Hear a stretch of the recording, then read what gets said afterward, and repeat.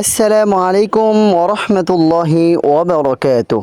প্রিয় দর্শক মণ্ডলী, আজ আমি আপনাদের সম্মুখে কঠিন রোগ থেকে মুক্তির জন্য যেই দোয়াটি আছে সেই দোয়াটি নিয়ে এসেছি।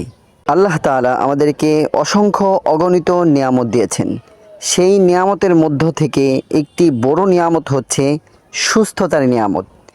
একজন মানুষ যখন অসুস্থ হয়ে যায় তখন সে বুঝতে পারে যে সুস্থতা কত বড় একটি নিয়ামত। সেই জন্য সুস্থতার জন্য সব সময় আমাদের দোয়া করা উচিত, আল্লাহ তাআলার কাছ থেকে সুস্থতার নিয়ামত চেয়ে নেওয়া।